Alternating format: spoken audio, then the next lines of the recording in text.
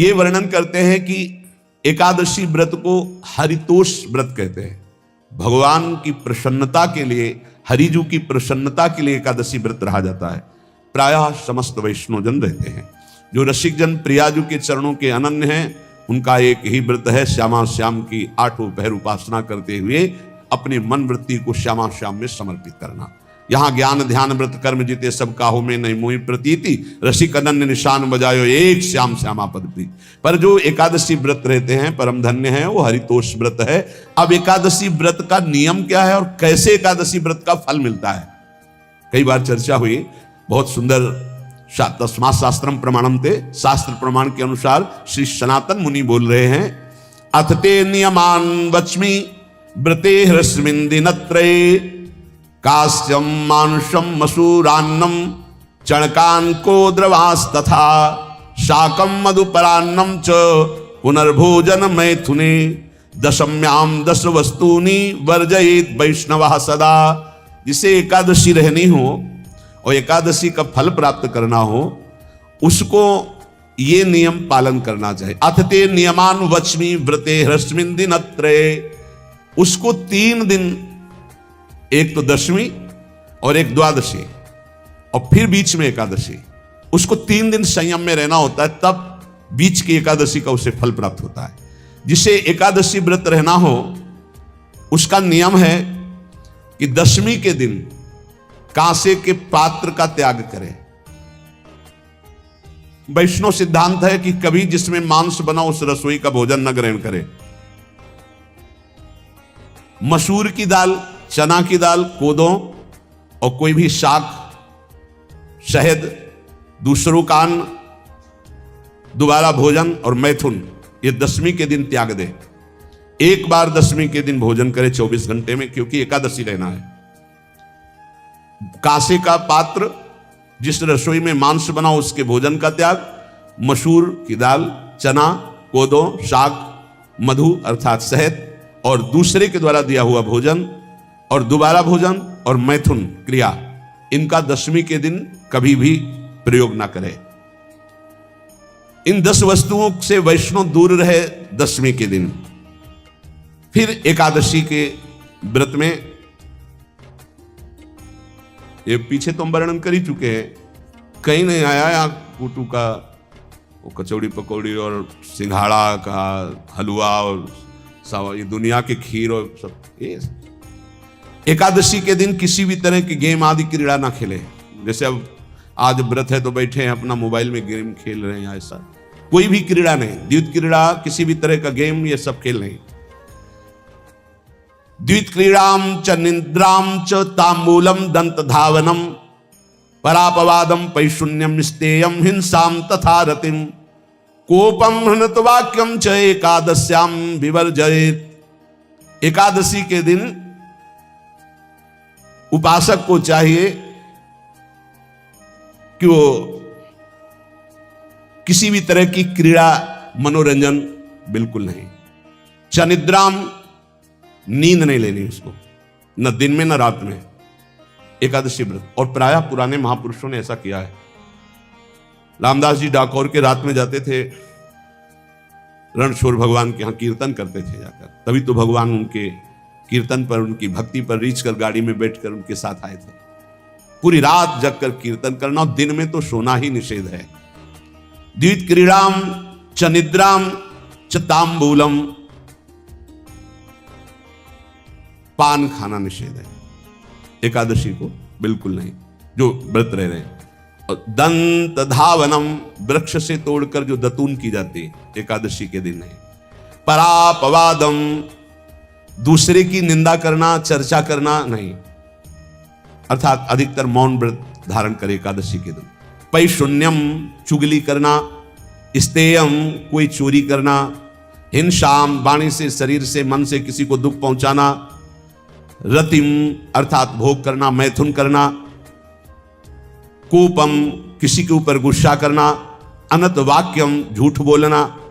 एकादश्याम विवर्जयेत, एकादशी के दिन ये नहीं करना चाहिए। एकादशी को एक बार कुछ फलाहार शुद्ध, अगर आपके पास कोई व्यवस्था नहीं तो थोड़ा दूध है, जल है, ऐसे आप लेकर, या थोड़ा सा फल ले लिया, थोड़ा सा फल लेकर के प्राण पोषण, एक दिन में मर नहीं जाओगे। कितने तो निर्जला एकादशी रहते हैं, हर एकादशी निर्जला। पूज्य श्री मथुरादास जी निर्जला ही रहते थे हर एकादशी।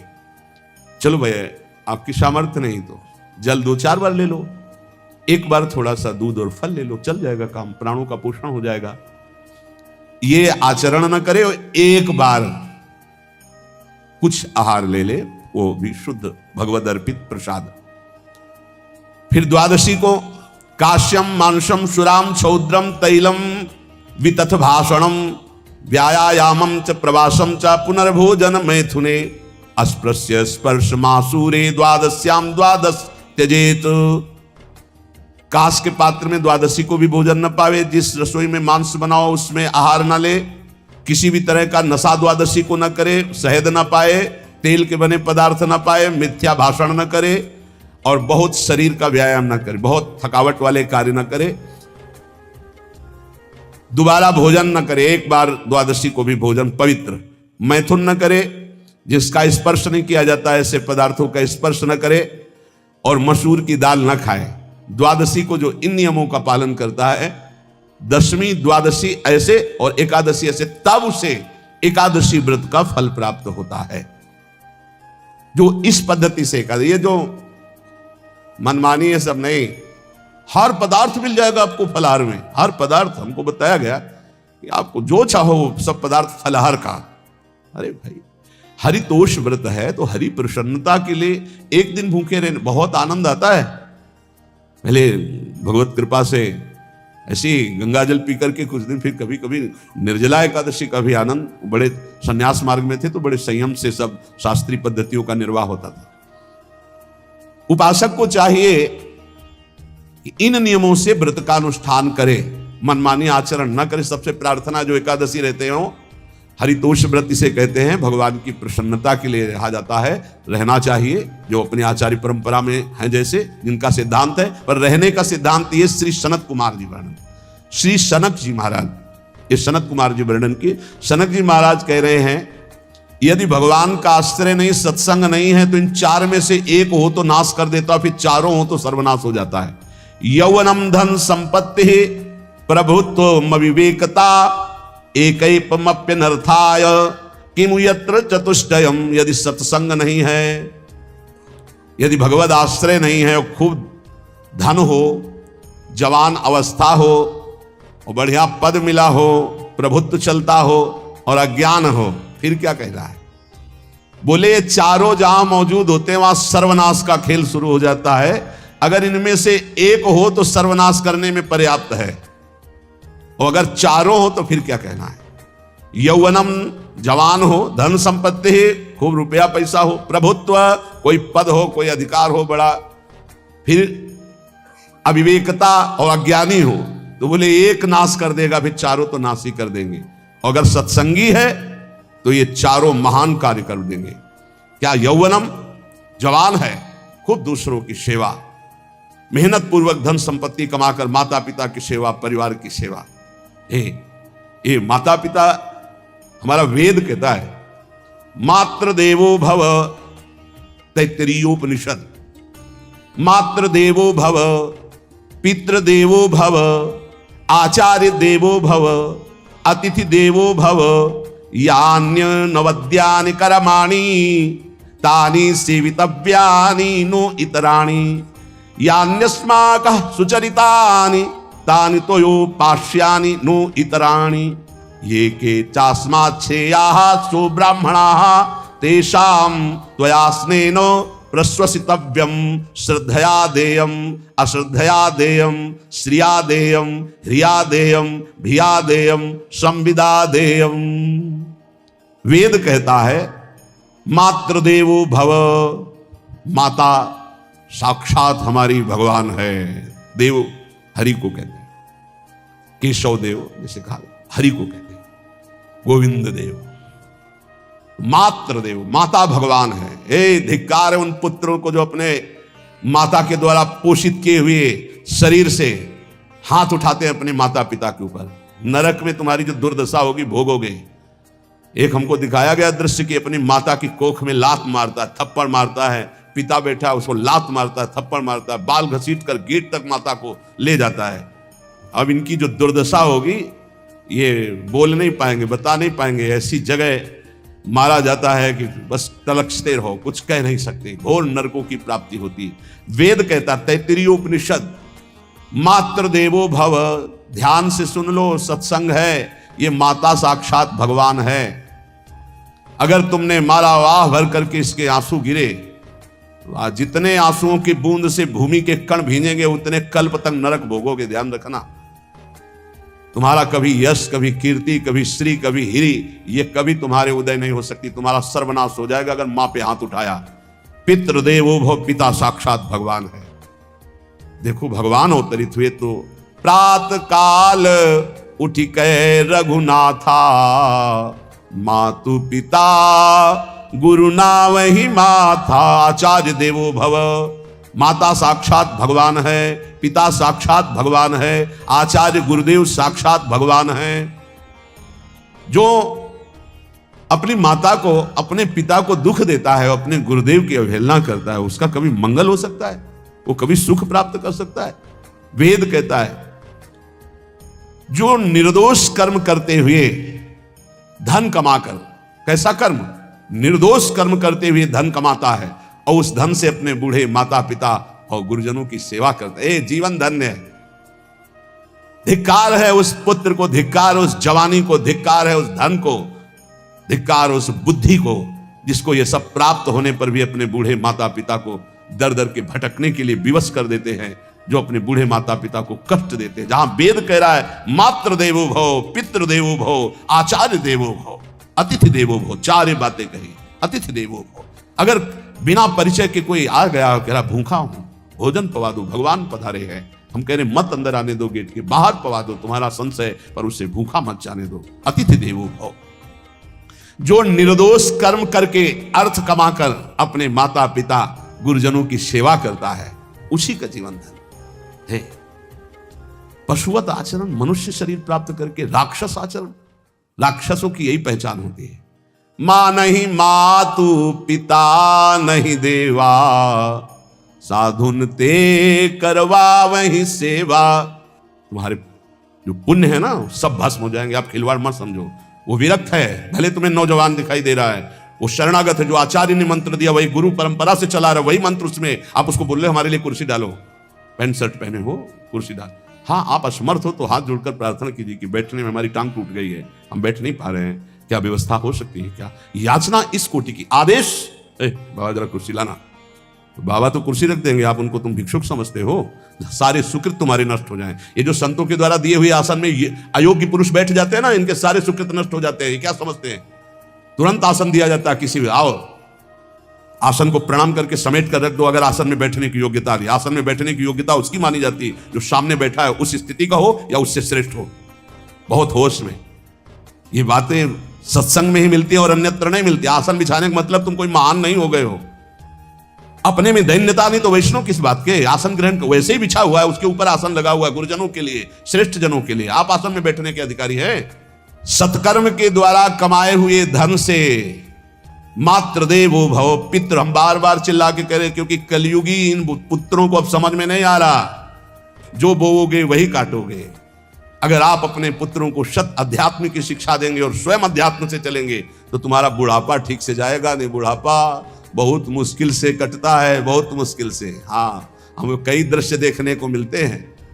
बता रहे एक बार बिंदौर इधर है, इच्छावर फतेहपुर, वहां से भ्रमण करते यार कि बड़े मकान से वयोवृद्ध भागते हुए आए, स्वामी जी स्वामी जी स्वामी जी, बहुत कष्ट में हो। क्या कष्ट है आपको? आप तो महल से उतर रहे हैं। ये किसका है? बोले मेरा ही है। उनका कष्ट क्या है? बोले 4 लड़का है, 4 बहू है, सब खाते पीते हैं, मैं बहुत कष्ट में हूँ, सब कोई अपमान करता है। वह निकलो फिर बाहर, बाबा जी बनो, भजन करो, भगवान के मार्ग का अनुसरण करो। चौथी अवस्था है। बोले ये तो नहीं हो सकता, रहूंगा तो यही कुछ ऐसा कर दो कि जिससे हमारे बच्चों की बुद्धि बदल जाए, जो हमको पीटते हैं, गाली देते हैं।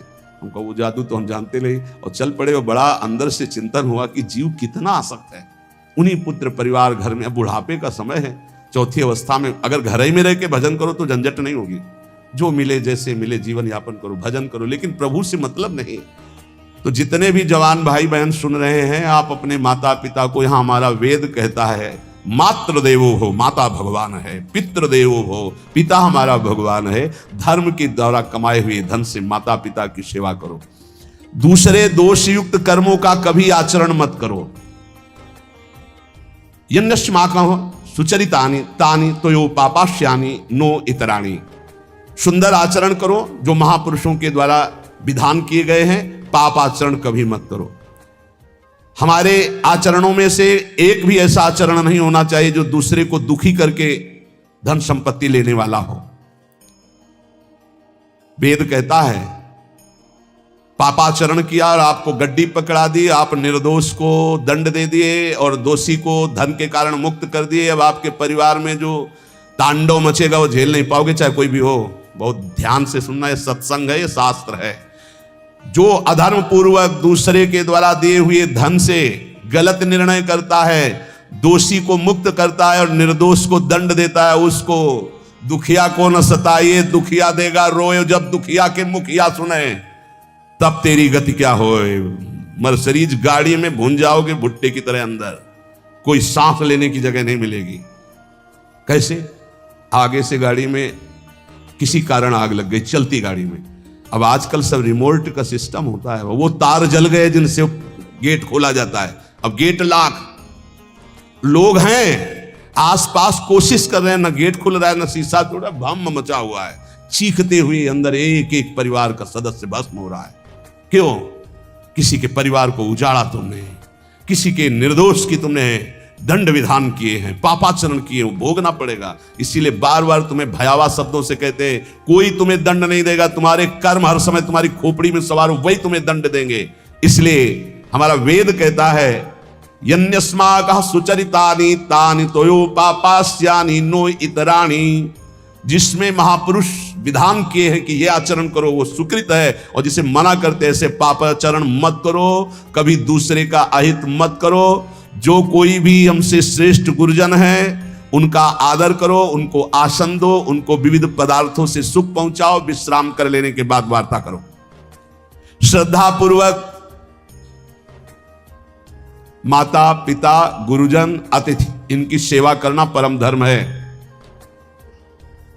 अब श्रद्धा पूर्वक इनको कभी मत बर्ताव करो। बोलना, भोजन, ले बूढ़े जनों को ऐसे देखा है, ऐसे बड़ा कर लो, तुम्हारी भी बुढ़ापा आएगी, पता नहीं आ पाएगी कि नहीं आ पाएगी। अगर आएगी तो बहुत बढ़िया आएगी, तुम्हें ऐसे सताएगी कि आप देख लेना। बहुत हमारा हृदय इस बात से पीड़ित हो जाता है कि मां के प्रति ऐसा बर्ताव, जिस मां ने इतना पिता की क्षमता से हजारों गुना बढ़कर माता का प्यार होता है, ऐसे माता को, ऐसे पिता को हमें तो लगता है रोज चरण धो के पीना चाहिए। भगवान साक्षात इनमें विराजमान है। भगवान सच्ची कहता हूं, जो अपने माता पिता को त्रास देते हैं भगवान भी रक्षा नहीं करेंगे, कोई दान पुण्य तुम्हारा काम नहीं आएगा। क्योंकि ऐसे महामहिम पूज्य माता पिता के प्रति आप ऐसा देखो, प्रार्थना करते चाहे गाली बकने वाले, गुस्सा करने वाले माता पिता हों, यदि वो चल नहीं पाते, वयोवृद्ध है, तो भगवान की तरह पूजा करो, उनके व्यवहार को मत देखो, तुम्हारा काम बन जाएगा, उनका आशीर्वाद आपको मिल जाएगा। आर्थिक स्थिति के अनुसार अतिथि की सेवा करो, गुरुजनों की सेवा करो, भय से भी युक्त होकर सेवा करो। अधिकार है माता पिता का, गुरुजनों का। यदि आप सेवा नहीं करोगे तो अपराध लगेगा। इतना बड़ा शरीर पैदा किया है, लेबरी करो, रिक्शा चलाओ, उससे जो मिले अपने माता पिता की सेवा करो।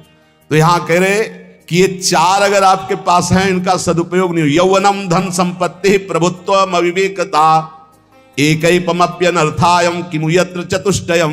यदि धन है, जवानी है, आपका प्रभुत्व चलता है, बड़े पद में हो और अज्ञानी हो, एक तो सर्वनाश कर देता है, फिर चारों हो तो सर्वनाश पक्का।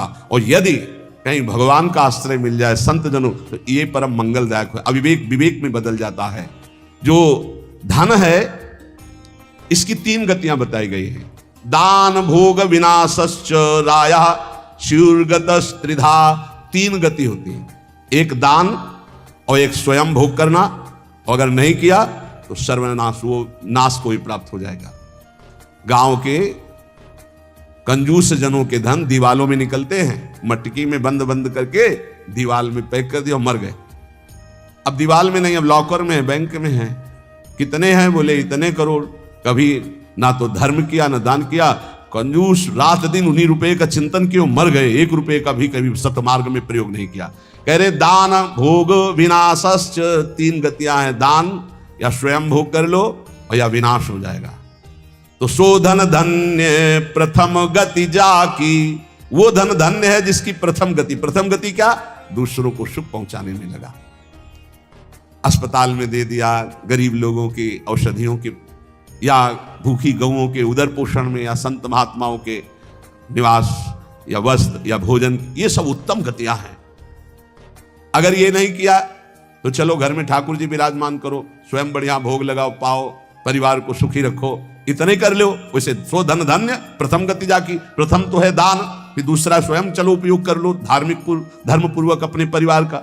लेकिन अगर ऐसा नहीं किया तो तीसरी गति है नाश, वो तुम्हारे किसी काम में धन आने वाला नहीं है। जो न दान करता है ना भोगता है, उसका नाश हो जाता है। अरे भाई, वृक्ष से ही शिक्षा लो, दूसरों के लिए ही होता है, तो तुम मनुष्य बनकर क्या दूसरों का परोपकार नहीं कर सकते? यदि तुम जवान हो, तुम्हारे पास धन है, प्रभुत्व है, विवेक है, तो तुम पूरे राष्ट्र की सेवा की भावना जागृत करो। समाज में ही भगवान विराजमान है। ये मानवा हरि कथा श्रवणास्तदोषा, कृष्णांगी पद्म भजने रत चेतनाश्च, ते वै पुनन्ति च जगन्ति शरीर संगात, संभाषणादपि ततो हरिरेव पूज्यः। एक तो ये बताया, दूसरा बताया कि ये महाधन्याति धन्य होते हैं। एक तो होते जवान हैं, रुपया पैसा खूब कमा रहे हैं, बड़ा प्रभुत्व है, अविवेक है तो नाश कर देगा, और विवेक है तो इन्हीं का सदुपयोग हो जाएगा। एक है जो सबसे हटकर है, ये मानवा हरि कथा श्रवणास्त अधोषाः, जो रात दिन नाम जप करते हैं, भगवान की चर्चा करते हैं और सुनते हैं, और अदोषाः, वो सारे दोषों को अपने मिटा चुके हैं। कृष्णांगी पद्म भजने रत चेतनाश्च, निरंतर अपने चित्त को प्रभु के भजन में डुबोए हुए हैं, प्रभु के चरणों के ध्यान में अनुरक्त किए हुए। उनका क्या प्रभाव होता है? बोले तैवै पुनन्ति च जगतन्ति शरीर संगात। ऐसे महात्माओं का यदि शरीर है प्रगट में, तो उस शरीर से स्पर्श करके वायु जिस जिसको छूती है वो पाप रहित हो रहा है। जो उनके दर्शन करते हैं वो पाप, संत दरस जिमि पातक तरही, संतों के दर्शन मात्र से पाप नष्ट होते हैं, उनके शरीर के स्पर्श से पाप नष्ट होते हैं। संभाषणादपि ततो हरिरेव पूज्यः, यदि उनसे संभाषण करने को मिल जाए तो बोले वो इतना पवित्र हो जाता है कि भगवान उनमें वास करने लगते हैं। हरिदेव, हरि उसमें विराजमान है, हरि ही हैं, ऐसा वो पूज्य हो जाता है। यदि जो नाम जप कर रहे हैं, जिनका चित्त भगवान के चिंतन में है, जो कथा भगवान की चर्चा कर रहे हैं, जो भगवान की चर्चा सुन रहे हैं, अदोषाः, जो समस्त दोषों पर विजय प्राप्त कर चुके हैं, ऐसे मानवाः पुनन्ति च जगतन्ति, वो पूरे जगत को पावन करने की सामर्थ्य रखते। सतरत सतरत सा लोकांतार्यति मम भक्ति युक्तो भुवनं पुनातु, वो लोक के लोक पावन कर देते। कैसे? उनके शरीर से स्पर्श की हुई वायु दूसरों के पापों का नाश, उनका दर्शन दूसरों के पापों का नाश, उनका संभाषण दूसरों के पापों का नाश। यदि संत संग मिल गया तो निश्चित हरिदेव ही, वो भगवान से ही मिल रहा है, क्योंकि वहां भगवान जागृत है सबके हृदय में, पर भगवान शयन कर रहे हैं, माया का पर्दा लगाए। संत के हृदय में भगवान पर्दा रहित होकर जागृत हो चुके हैं। उनके दर्शन से, संभाषण से, स्पर्श से निश्चित परम कल्याण इस जगत का होता है। कौन भगवान? भगवान किसे कहते हैं? तो बोले सनंदन मुनि बोल रहे हैं। सनातन जी की सुना, एकादशी व्रत पर बोले, और अभी तक सनक जी बोल रहे। अब सनंदन जी कह रहे ऐश्वर्य समग्रस्य धर्मस्य यशसः श्रियः, ज्ञान वैराग्ययोश्चैव शरणां भग इतीर्णा। संपूर्ण ऐश्वर्य, संपूर्ण धर्म, संपूर्ण यश, संपूर्ण श्री, संपूर्ण ज्ञान, संपूर्ण वैराग्य, ये 6 जहां विराजमान हैं भग, उन्हें भगवान कहते हैं। ये पूर्ण रूप से भगवान में ही विराजमान है, और जिसमें ये सामर्थ्य है उसे भगवान कहते हैं। उत्पत्ति प्रलयम चैव भूतानामा गतिम गतिम, वेत्ति विद्याम अविद्याम च स वाच्यो भगवानिति। जो सबकी स्वयं अपने संकल्प से उत्पत्ति करता है, उत्पत्ति करने वाले ब्रह्मा जी की भी जो उत्पत्ति का कारण है, जो अपने ही बल से सबका विनाश कर देता है, प्रलय, और जो सबका पालन करता है, उसे भगवान कहते हैं। जो आवागमन तथा विद्या अविद्या इसका स्वामी है, उसे भगवान कहते हैं। जो संपूर्ण ऐश्वर्य, संपूर्ण धर्म, संपूर्ण यश, संपूर्ण श्री, संपूर्ण ज्ञान, संपूर्ण वैराग्य और उत्पत्ति, पालन, प्रलय का स्वामी, जो विद्या अविद्या आवागमन जिसी के इशारे से होता है, वही है भगवान, वही सबका भगवान है। इसलिए जो उपासक भगवान की आराधना करता है, वो ये देखे, सा एवाधस्तात् वेद, सा उपरिष्टात्, सा पश्चात्, स पुरस्तात्, स दक्षिणतः, स उत्तरतः, सा एवेदः सर्वमित्यथातो अहंकार देश एवाहमेवाधस्तादः मुपरिष्टादहं पश्चादहं पुरस्तादहं दक्षिणोतोः मुत्तरोतोः मे वेदः सर्वमिति। वो जो भगवान है, कहा है? बोले सा एवाधस्तात्, सा उपरिष्टात्, वो नीचे है, वो ऊपर है, वो पीछे है, वो आगे है, वो दाहिने भी है, वो बाएं भी है, और वही ये सब कुछ है जो देख रहे हो, केवल भगवान ही भगवान है। बोले जो ऐसा देखता है, उसका अहंकार भगवान में लीन हो जाता है। अब वो देखता है, मैं ही नीचे हूं, मैं ही ऊपर हूं, मैं ही पीछे हूं, मैं ही आगे हूं, मैं ही दाहिने हूं, मैं ही बाएं हूं, मैं ही ये सब कुछ हूं, मैं अहम ब्रह्मास्मि। दो भाव बताए, एक भक्त जो भगवान को सर्वत्र देखता है, और एक जो अपने अहम को भगवान में स्थापित कर देता है भेदभाव से, वो अपने आत्म स्वरूप को देखता है। जिसने ऐसा भगवान का अनुभव कर लिया कि आगे पीछे दाहिने बाएं ऊपर नीचे हर समय मेरे श्री भगवान हैं, तो न पश्यो मृत्युम, इसका फल है, पश्यति न रोगम, नोत दुखाताः सर्वाः पश्यः पश्यति सर्वमाप्नोति सर्वस इति। बोले उसको किसी भी प्रकार का रोग दुख नहीं दे सकता। जो ये देखता है, सा एवाधास्तात्, सा उपरिष्टात्, सा पश्चात्, सा पुरस्तात्, सा दक्षिणा, सा उत्तरा, उत्तर में दक्षिण में ऊपर नीचे दाएं बाएं हर समय मेरे प्रभु हैं, केवल प्रभु को देखता है, तो न पश्यो मृत्युम, मृत्यु की ताकत नहीं कि उसकी तरफ देख सके। ध्यान देना।